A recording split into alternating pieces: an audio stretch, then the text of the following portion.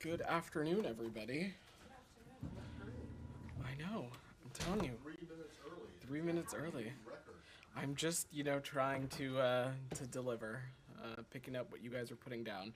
I don't have anything off the top, so I'm happy to take your questions. Really, Okay. you're always surprised, Matt. Well, I know, but it's a Monday. There was stuff happening over the weekend.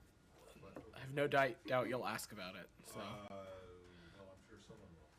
Can I just ask you if you have anything to add to the comments that were put out earlier under your name on the response to Chairman McCall and his... I don't have anything additional to add, Matt, but I will reiterate what we shared this morning, which is that it's unfortunate that after being provided a classified briefing and being provided a written summary of the contents of the dissent channel cable as well as the department's response, that the House Foreign Affairs Committee continues to pursue this.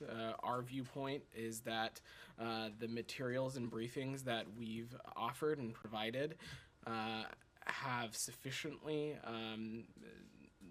met the mark when it comes to the committee's legitimate oversight requests. Now, that being said, we'll continue to engage with Congress and the committee when it comes to correspondence and things of that nature, but you've heard me say it, you've heard the Secretary speak about the importance of the dissent channel cable and the integrity to which it holds here in the department, and we'll continue to do what we can and what we need to protect it. Is it your view or the Secretary's view or the Department's view that actually giving them the cable would not add anything to what they already have? Matt, you've heard me speak about this before. This is not just necessarily about this dissent channel cable. It is about the dissent channel I writ know large. that, but do you think that giving them the cable would give them anything? Would give them any additional information? I'm not gonna. Haven't already provided? I'm not gonna get into the contents of you. I'm asking you if you think that it would give them any additional information. I'm just not gonna make that assessment from here. The dissent channel cable But is if a you can't classified make that document. assessment, if you think that you've already given them everything that they need in terms of this cable, in both the briefing and the summary form of it, then shouldn't you be able to say that there is nothing else they could learn from getting the entire thing? We have said that. I've said that by saying that we've provided a classified briefing as well as we've provided a written summary that covers the entirety of the contents of the cable as well as the department's response. Thanks. Mara, go ahead. I want to ask you about Ambassador Burns' Sure. meeting. How useful does the State Department think this meeting was to stabilize U.S.-China relationship? I'm not going to put a metric on one specific engagement or not, Humaira. What I will say, though, is that maintaining open lines of communication with the PRC has been a key tenet of our approach as it relates to this very complicated bilateral relationship. You have seen even the Secretary speak about the importance of that, even after his trip was postponed. You saw him talk about the importance of these open lines of communication remaining open and being used as a way to discuss things that are critical and important to the bilateral relationship. And just as the Secretary does when he speaks to his counterparts, the ambassador spoke in his meeting about the areas where our two countries can cooperate, such as addressing the challenge of the climate crisis, such as addressing cooperation when it comes to global health and public health, as well as important opportunities on food security and other things. So our belief is that with the PRC, we want to and intend to keep lines of communication open. We do that through the Secretary, we do that through Assistant Secretary Crittenbrink, we do that through Ambassador Burns, and we do that through a variety of others who are working day in and day out on this issue. Right, I have a couple of more on this. So there is a specific line from the Chinese side saying, it says that the United States must correct its handling of the Taiwan issue and stop the hollowing out of one China principle. I'm curious, what was Ambassador Burns' response to this, or what's your response to this? I mean, does the United States see that there is anything for it to correct here? There absolutely isn't, and the ambassador conveyed privately what you've seen myself, the secretary, and others say publicly and clearly, not just from this podium, but other corners of this administration. There has been no change to our policy with China. There's been no change to our one China policy, which is guided by more than 4 decades of the Taiwan Relations Act, the 3 joint communiques, and the 6 assurances. We have been very clear-eyed about that. And we're also going to continue standing with our friends and allies across the Indo-Pacific to advance our shared prosperity and security and values. We do not intend to change the status quo. That has never been the approach that the United States has attempted to take. Right, and was the possible rescheduling of Secretary Blinken's trip discussed during this meeting? And, was there any decision or like at least like a tentative date that both sides would plan on? I certainly wouldn't get into the specifics of diplomatic discussions like that, but you heard the secretary talk about this just last week when he sat down for Washington Post Live. He would like to go. He would like to get this trip back on, and will intend and work to do so when conditions allow. But I don't have any additional updates beyond that. Nike, go ahead. Yeah, also staying on China, if I may. Sure. China is sending a peace envoy to Ukraine and other countries. Can you provide a U.S. assessment on the latest diplomatic effort? What I would say is that any diplomatic effort relating to a peace between Russia and Ukraine needs to be undertaken and conducted in close coordination with our Ukrainian partners. We've long felt and long believed that the PRC has an appropriate role they can play, and we also strongly believe that the PRC needs to hear not just from the Russians, but also from our Ukrainian partners. The PRC, for any country that belief that territorial integrity and territorial sovereignty are important values and important principles to be governed by, it is critically important to be in close coordination and to hear from our Ukrainian partners who have been subject to barbaric and unjust and unlawful invasions and attacks since February of 2022. Given the close ties between the Chinese envoy to Russia, he is among the very few foreigners that received the medal of friendliness from Russian President Putin. Do you have any assessment on the neutrality? I don't have any assessment, but in any through this lens of Russia and Ukraine, the important perspective to remember is that actions from any country are going to speak louder than words, and I'll reiterate again that any undertaking of diplomacy by any country needs to happen in close coordination with our Ukrainian partners. The terms of diplomacy and the terms of these negotiations, or of any negotiations, and the path forward is for our Ukrainian partners to decide. It is their country that is being invaded. It is their country that is being subjugated to Russian drones and missiles and attacks on a week-by-week basis. So we'll continue to support our Ukrainian partners. You saw us announce another presidential drawdown late last week. We'll also continue to take steps to hold the Russian Federation accountable. Janie, go ahead. Thank you, Madam. On the contaminated water in Fukushima, Japan, what is the position of the United States regarding the release of contaminated water in Fukushima, Japan? I'd have to check on that, Jenny. I'm not tracking that, but I can check with the team and see if we can get back to you. Sure, go ahead. South Korea and United States, Japan cooperation will be more effective if Korea-Japan relations are stronger in order to respond to North Korean nuclear issue.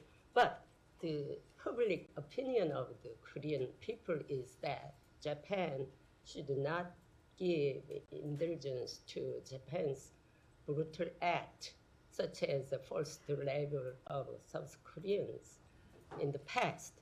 How does the United States evaluate this?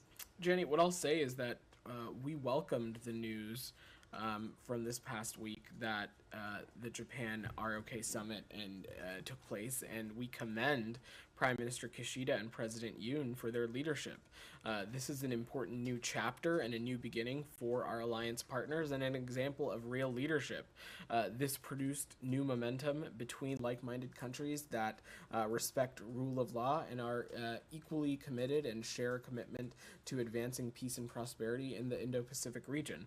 And we'll continue to work through the alliance with the ROK and Japan and other partners to advance these interests as well.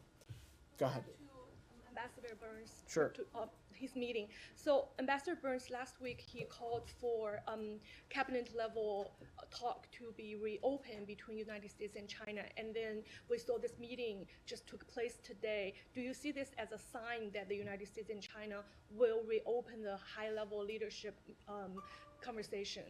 We believe that there are important areas of potential cooperation between our two countries, like in areas of climate change, like in areas of food security, as well as global health. There's also important work to collaborate on addressing the precursors for the fentanyl crisis. So there's a number of areas where we believe it will benefit both of our countries to continue to communicate, and our intention has always been to maintain lines of communication with the PRC. We know there are other secretaries like Secretary of Treasury, Secretary of Commerce, who also they are willing to visit China. Is there going to be a sequence of which secretary will go first? I'm not going to speak to any potential cabinet travel. What I will say is that I will reiterate what Secretary Blinken said so clearly last week, is that he intends to go, and he intends to go as soon as conditions allow and we're able to get that trip back on the books. Lastly, Sure. This wasn't the first time Ambassador Burns meet with Chinese Foreign Minister Qin Gang. They had met before when he was ambassador to the United States. So how do you characterize this second meeting between both of them? I'm not going to characterize this meeting any further than what I've said. What I will say is that we maintain important lines of communications with a number of officials across the PRC. Obviously, that will relate to the respective individual and who their appropriate counterpart was. As you know, when Secretary Blinken was secretary, and obviously when Foreign Minister Qin Gang was ambassador to the United States, they had a number of opportunities to engage as well. But the important thing here is that we would like there to continue to be open lines of communication between our two countries. Alex, go ahead. Thanks, Mel. Oh, sorry, Leon, I'll come to you after. All right. Go ahead, Alex. Thanks so much. A couple of questions. Let me start with Ukraine.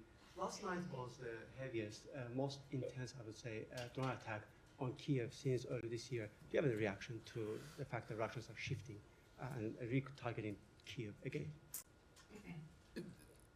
What I'll say, Alex, is that this is just another line item in the litany of list of Russian aggression on Ukraine.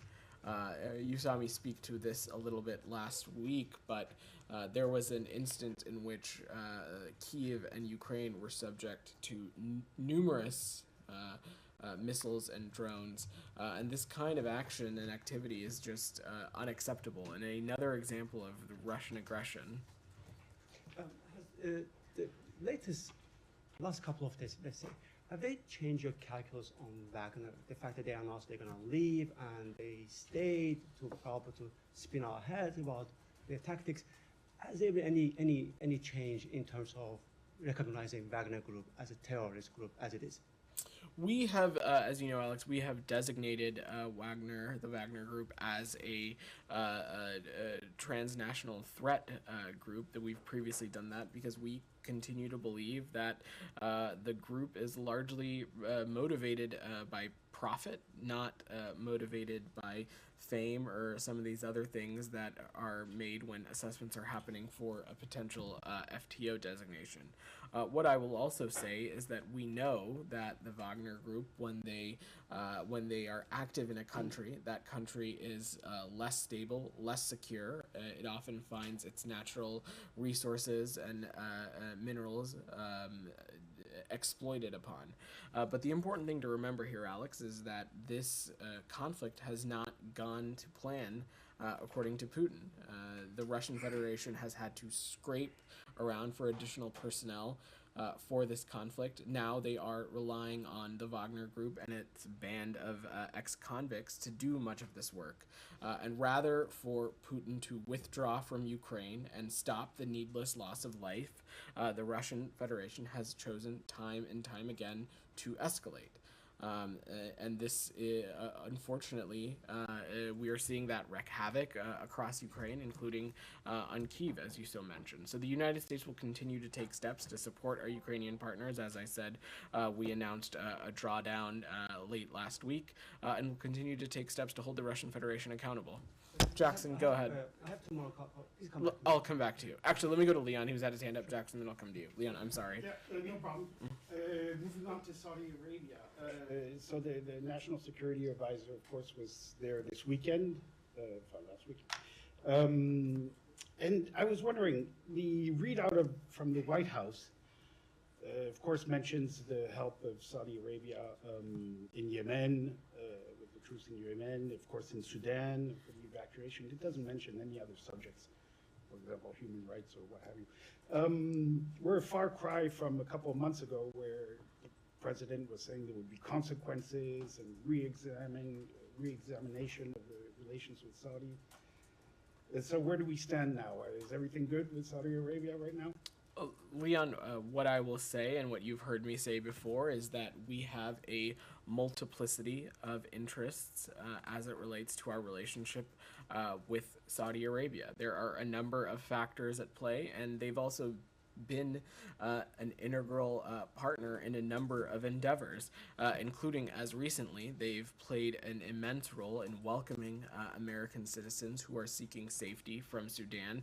They also played a role in facilitating these ongoing initial negotiations between the SAF and the RSF.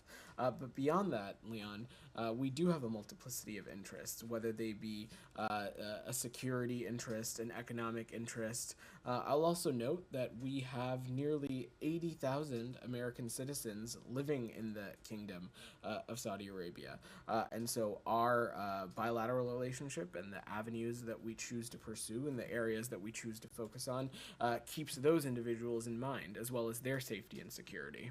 So precisely, given the fact that there are 80,000 Americans in Saudi Arabia, given the fact that Saudi is helping out, has helped out, and is in Sudan for the evacuation of American citizens and in Yemen and all there, are your hands tied precisely because of that?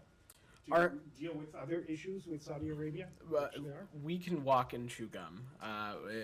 When there are areas of concerns between any partner, we raise them and we discuss them privately.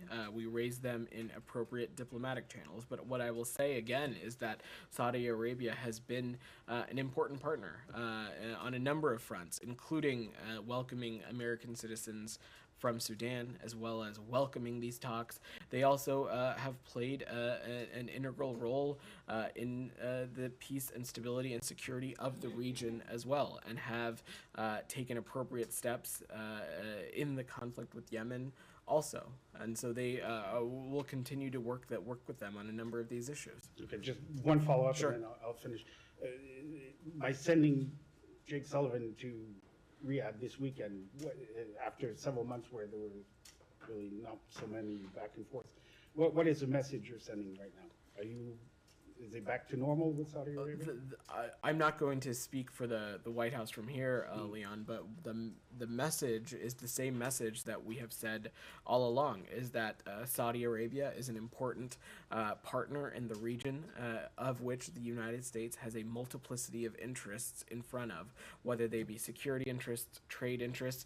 I'll also note that Saudi Arabia has played an important role in conflicts like Sudan, in the crisis in Yemen. They've also played an important role in when the president visited in June through steps like the welcoming of flights from Israel and other places. So this is, of course, something that we're going to continue to engage on. Michelle, go ahead. On this, were you able to make any progress regarding the normalization between Saudi Arabia and Israel, and did Sheikh make any progress? I don't have anything additional to add beyond the White House's readout, but of course this is something that is not just important to the United States, but it's important to the region, and it's something that we'll continue to focus on as well. On the Arab League decision yesterday to bring Syria back to its council, what's your view on that? You've heard me talk about this last week, Michelle. We do not believe that Syria merits readmission to the Arab League at this time, and it's a point that we've made clear with all of our partners. I will note that we share a number of the same goals with our Arab partners with respect to Syria, including reaching a solution to the Syrian crisis that is consistent with UN Security Council Resolution 2254. We believe that there is a strong need to expand humanitarian access to all Syrians, build security and stability to ensure ISIS cannot resurge, create safe conditions for the eventual refugee returns, and releasing the clarifying fate of those that are unjustly detained and missing, as well as there's an important opportunity to reduce the influence of Iran as well as countering the Captagon trafficking that's taking place from Syria. So there's a number of issues in which we believe that our partners will use direct engagement with the Assad regime to further and push and demand in these issue areas. Jordanian foreign minister has said last week that Jordan and the Arab countries coordinated their initiative with the U.S. before they put it on the table. Can you confirm that? Did you give any green light to the Arab countries to move forward with their normalization with Syria? I'm certainly not going to get into the specifics of diplomatic discussions, Michelle, but I just said that, we have made clear to all of our partners that Syria does not merit readmission into the Arab League. And we continue to believe that we will not normalize our relations with the Assad regimes, and we don't support our allies and partners doing so either. Final one on the strike that targeted a drug dealer in Syria today and killed him and his family. Do you have any reaction? I've seen those reports, Michelle, but I don't have any confirmation or assessment to offer on that from here. Jackson, go ahead. Thanks, Don. So regarding the calls threat to hold Secretary Blinken in contempt of Congress, could the State Department provide a version of the cable that redacts confidential material or whatever may compromise sources or methods? Is the State Department prepared or willing to fight the subpoena in litigation? We're going to continue to engage with Congress appropriately as it relates to their legitimate requests for information and oversight function. But we also have already provided a classified briefing as well as a summary of the dissent channel cable, as well as a summary of the department's response. And so we feel that that has sufficiently conveyed appropriate information. And ahead of Title 42 expiring this week, is the State Department prepared to do its part in what will likely be a huge influx of asylum seekers?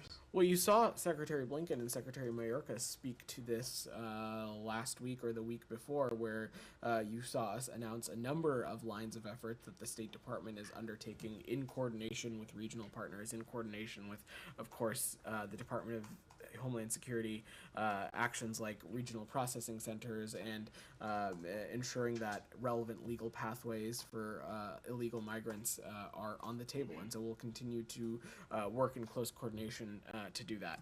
And Camilla, go ahead. Go ahead, Camilla. Yes, thank you so much. I just want to go back to... I meant Camilla Schick from CBS. Sorry, go ahead. Thank you. Senator Van Hollen has written to the Secretary asking for a new report by the U.S. Secretary Coordinator for Israel and the Palestinian Authority on last year's death of American journalist Shirin Abu Akleh. He wants it to be handed over for congressional review. Has the Secretary responded? Will State hand it over? And what's the difference between this new report and what the Security Coordinator's conclusion was put out last year? I'm not going to get into the specifics of our engagements with Congress, Camilla. We, of course, will work closely with congressional partners for the provision of any new document, but I don't have any additional updates on that at this time. Now, go ahead in the back. Yeah. And, it's good to see you, by the way, Vedant, and I'd like to bring you back to the question of Sudan, if you will. I'm going to share some sentiments from my audience members. One of them is a doctor, Vedant, and this is likely the same sentiments that thousands of people in Khartoum are feeling right now. She says that the choices are stay home and die, or step out and be shot or bombed. Pearl, my home and my aunt's two houses down the road in Khartoum, Amarat area, were bombed. Another audience member has shared this and said, would it not have been better, quote, if we had heard directly from the resident ambassador? Now, I'd like to hear your comments given that Ambassador John Godfrey's work. And Vedant, please speak a little bit about your specific work with your ally, the United Kingdom, on Sudan. Where are you guys at? And was there any assessment, or what is your current assessment as to why there was no sort of early warning response, particularly through the mechanism of the African Union? So where are we specifically here? What are you doing? There is a sense from the Sudanese people who say that it seems unfair that even here in Washington, they've attended events that Secretary Blinken was at, and they said, quote, Pearl, it's so unfair. The United States is making sure that the Ukrainian people receive all the help, but Sudan is getting nothing. No help, no attention. People are dying in their homes, no water, no electricity, no food. How are you working with your PD department to kind of be transparent and increase understanding about what you're doing, what outcomes, where do these things stand right now, and speak to my audiences here in Africa? Let me say a couple of things. First and foremost, Ambassador Godfrey has personally been deeply engaged on this issue and continues to be. And his leadership and the way in which the suspension of operations procedures and operation was conducted is a testament to, of course, the broad interagency effort, as well as the entirety of our workforce in Khartoum, but especially a testament to Ambassador Godfrey's hard work and leadership. So let me first open with that. As it relates to any pre-warning, the United States, I'm not here to speak to any other multilateral mechanism, but what I can say about the United States is that since August of 2021, we have been clear and consistent with the world and clear and consistent with American citizens and LPRs who happen to be in the region that Sudan is a level 4 do not travel country. We have not parsed our words about the delicate security situation that has existed in Sudan for some time. It didn't start being a level 4 country in April. It's been a level 4 country since the fall of 2021. And we have not been naive or have not hesitated to make that clear to American citizens through all the communicative mechanisms that exist through our travel advisory websites. Number 3, the anecdotes and quotes that you offered are the exact reason why we are so deeply engaged in ensuring that we can get a ceasefire that lasts. And it's why we welcome the initial start of negotiations between the SAF and the RSF that began over the weekend. And we, like I said earlier, we appreciate the role that the Kingdom of Saudi Arabia has played in hosting and facilitating these talks. It's our understanding that the parties began a review of a proposed declaration of commitment to protect civilians and facilitate humanitarian actions in Sudan.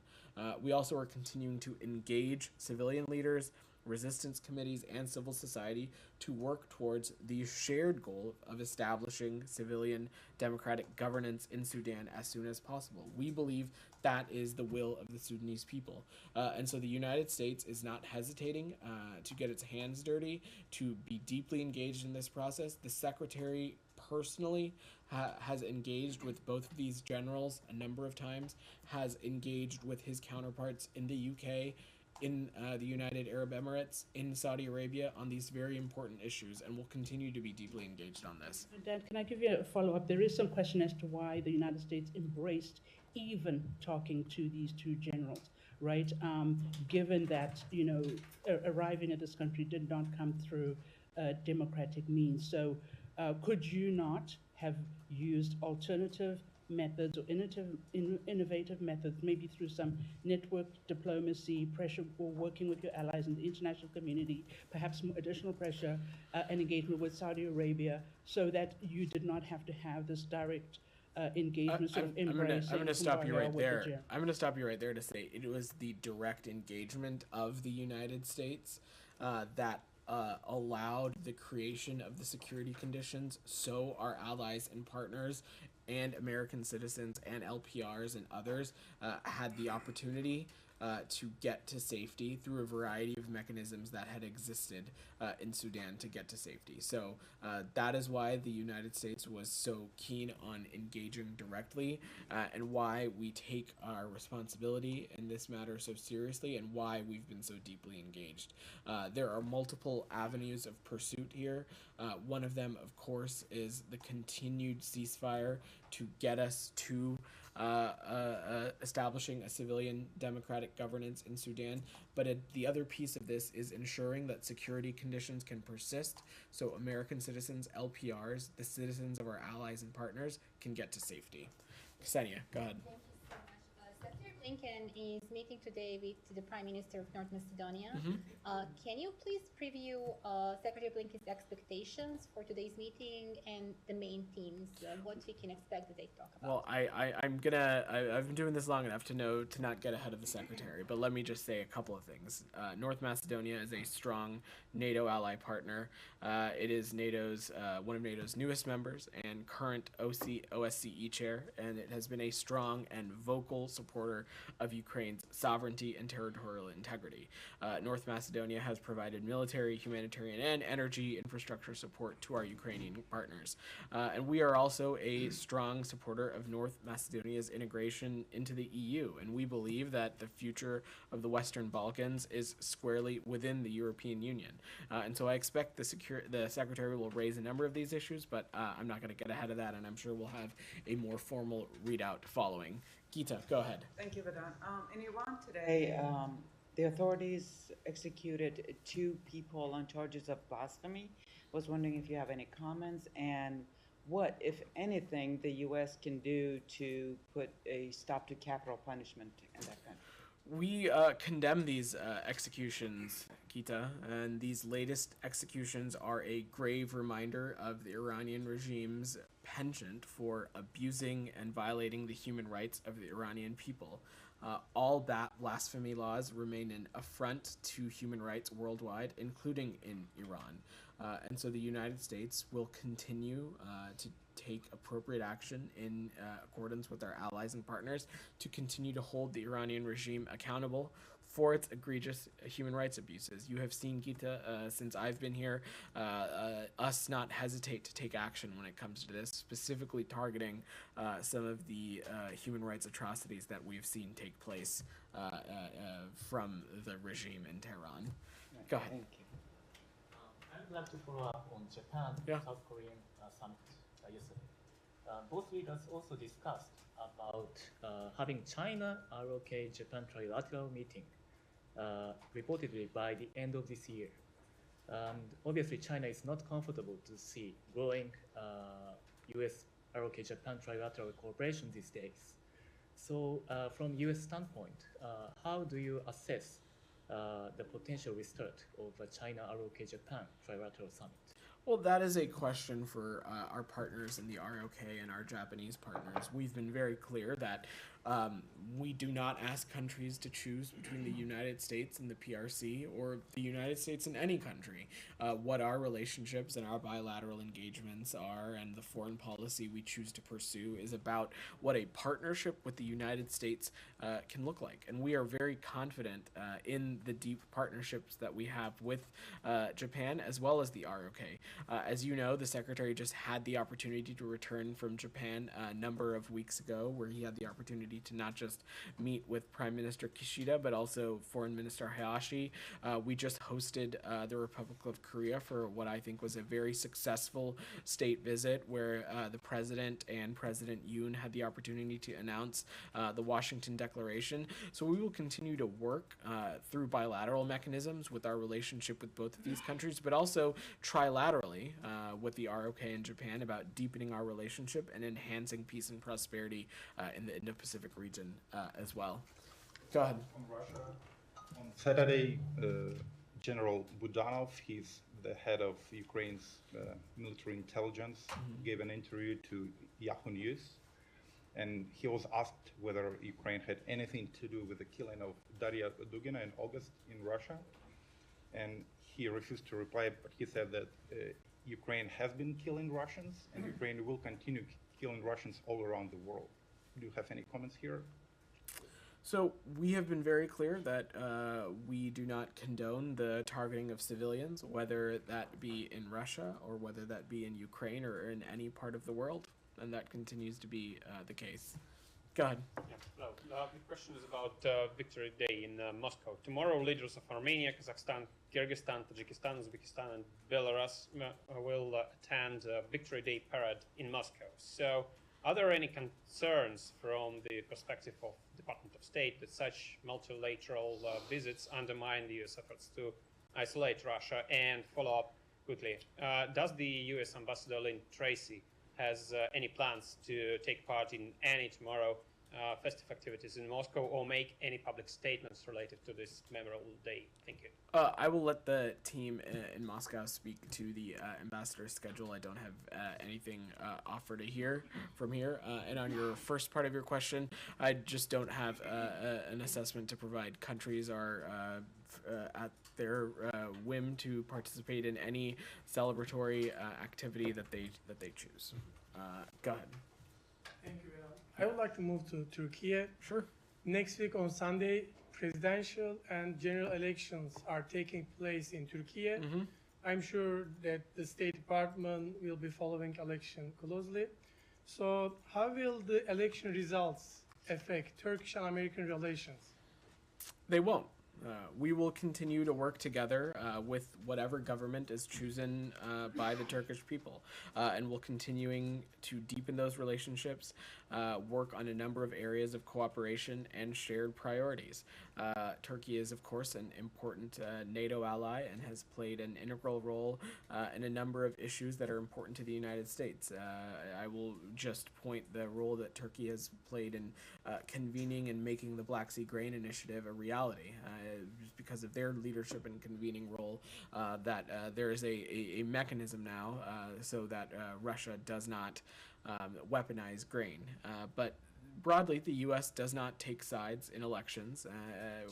Our only hope is to see a free and fair election rooted in a democratic process. Go ahead in the back, Rio. Yeah. Follow-up question on the Japan-South Korean summit held on Sunday. And regarding the Washington Declaration you just mentioned, South Korean President Yoon said that Washington Declaration is a bilateral agreement between Korea and the U.S., but they do not rule out Japan's participation in the Washington Declaration.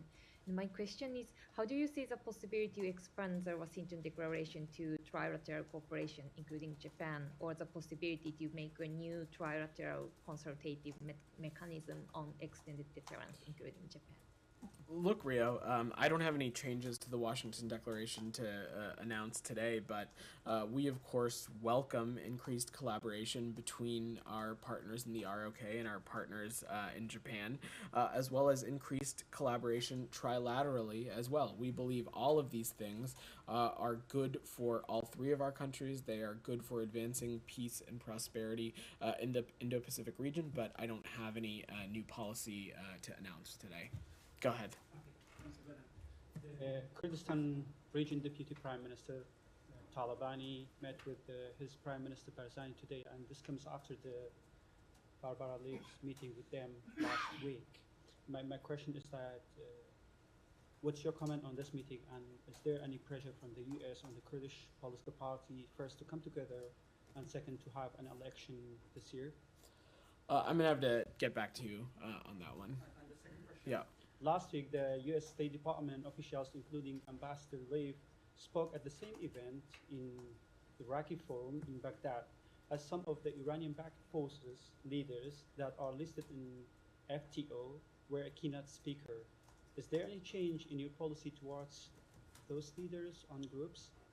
There's no change in policy. Alex, go ahead. Thanks a lot. And moving to South Caucasus, if you Sure. don't mind.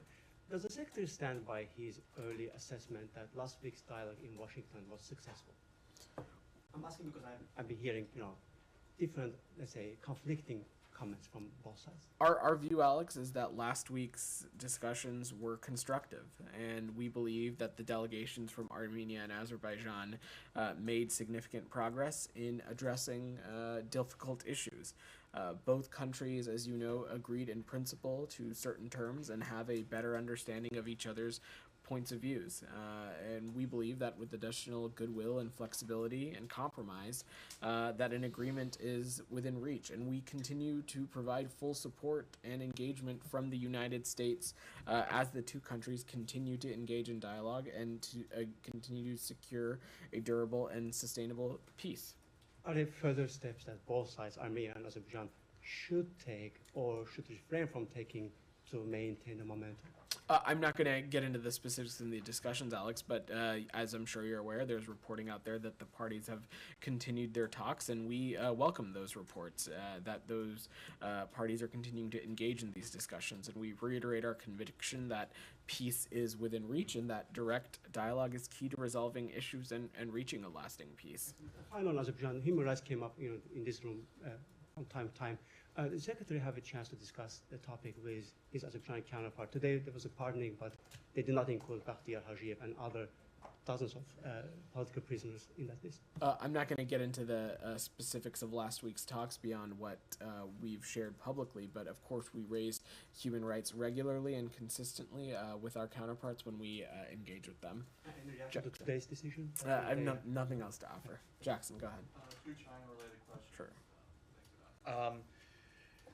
Senate Democrats plan to introduce a new China competition bill in the coming months to address a wide range of economic and security issues, including technology transfers, the Belt and Road Initiative in Taiwan. Does the State Department support any effort by Congress to resolve these China issues? Does it hold a different opinion on this? I'm just not going to get into potential impending legislation from up here. And China's foreign minister said on Monday it is imperative to stabilize Sino-U.S. relations after a series of, quote, erroneous words and deeds, end quote, through ties back into a deep freeze. Any reaction to that? Through what? What was the second part of your question? Through ties back into a deep freeze. Our viewpoint has always been that there's an importance to continue to maintain open lines of communication with the PRC, and you have seen the United States do so. The United States has acted responsibly. We have continued to engage with PRC officials and have kept lines of communications open. We have no change to our One China policy. All right. Thanks, everybody.